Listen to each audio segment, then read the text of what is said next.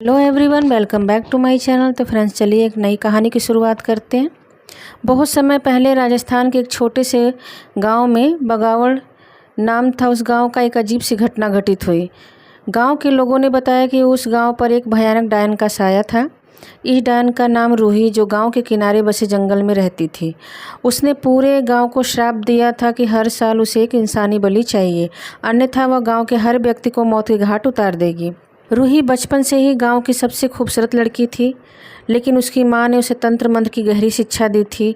रूही की मां, जो खुद एक तांत्रिक थी, उसे दूसरों से अलग रखने लगी थी। गांव वाले उससे डरने लगे और उसे बुरी नज़र से देखने लगे। एक दिन गांव के लोगों ने रूही की मां को तांत्रिक क्रियाओं के कारण जिंदा जला दिया। रूही ने अपनी मां को आंखों के सामने मरते हुए देखा और उसी समय उसने कसम खाई कि वह गांव वालों से इसका बदला लेकर रहेगी। अपनी मां की मौत के बाद रूही ने काले जादू की विद्या और गहनता से सीखना शुरू किया।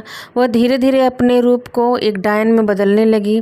उसके लंबे काले बाल, नुकीले नाखून और आंखें जो अंधेरे में जलती हुई लगती थी, उसे एक भयानक रूप देती थी। गांव वालों ने उसे जंगल में एक दिन तांत्रिक क्रिया करते हुए देख लिया। उन्होंने उसे पकड़कर पीट पीट कर अधमरा कर दिया और जंगल में छोड़ दिया ताकि वह वहीं मर जाए। लेकिन रूही नहीं मरी। उसने अपने जादू से खुद को और शक्तिशाली बना लिया और गांव वालों को श्राप दिया कि हर साल हर परिवार से उसे एक एक सदस्य की बलि चढ़ानी होगी। गांव में डायन के श्राप के बाद अजीब घटनाएं होने लगी। हर साल गांव का एक सदस्य गायब होने लगा। धीरे धीरे गांव के लोग कम होते गए। लोग अपनी जान बचाने के लिए भागने लगे, लेकिन जो भी गाँव छोड़ता वह रास्ते में ही मारा जाता। गाँव के लोग समझ गए कि वे डायन के श्राप से नहीं बच सकते। हर घर से कोई न कोई हर साल उसकी बलि चढ़ाता और जो नहीं चढ़ाता वह रहस्यमयी तरीके से मर जाता। गांव के मुखिया के बेटे रवि ने एक दिन ठान लिया कि वह डायन को ख़त्म करके ही रहेगा। उसने गांव के कुछ नौजवानों को इकट्ठा किया और जंगल की ओर चल पड़ा। वह अंधेरे में उसकी गुफा की तरफ जाने लगे।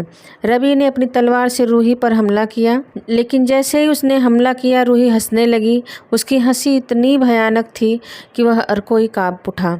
उसकी हंसी ने वातावरण को इतना भयानक बना दिया। रवि और उसके साथियों की हिम्मत जवाब दे गई।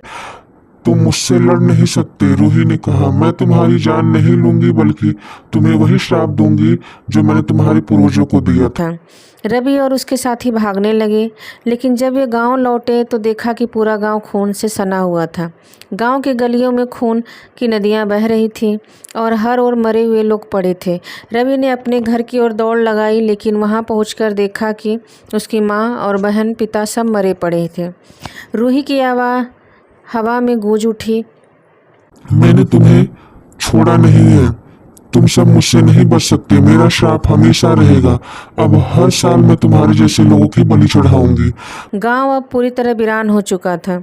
रवि आखिरी जीवित व्यक्ति था उस गांव का, लेकिन उसे पता था कि वो भी ज़्यादा दिन तक जिंदा नहीं बच पाएगा।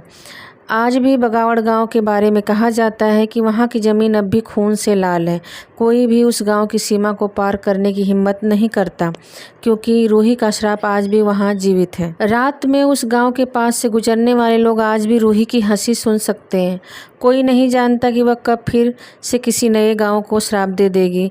कुछ कहानियां अधूरी नहीं होती, वे हमेशा के लिए डर बनाकर जीवित रहती हैं। और बगावड़ गांव की भी कहानी इसी तरह से है, जो हर दिल में एक खौफ पैदा करती है। तो फ्रेंड्स, इसी के साथ मेरी कहानी समाप्त हुई। आपको कहानी कैसी लगी कमेंट करके ज़रूर बताइएगा। वीडियो को ज़रूर लाइक करिएगा, चैनल को ज़रूर सब्सक्राइब करें और बेल आइकन ज़रूर प्रेस करें ताकि नए वीडियो की नोटिफिकेशन आपको मिलती रहे। Thanks for watching my video. Thank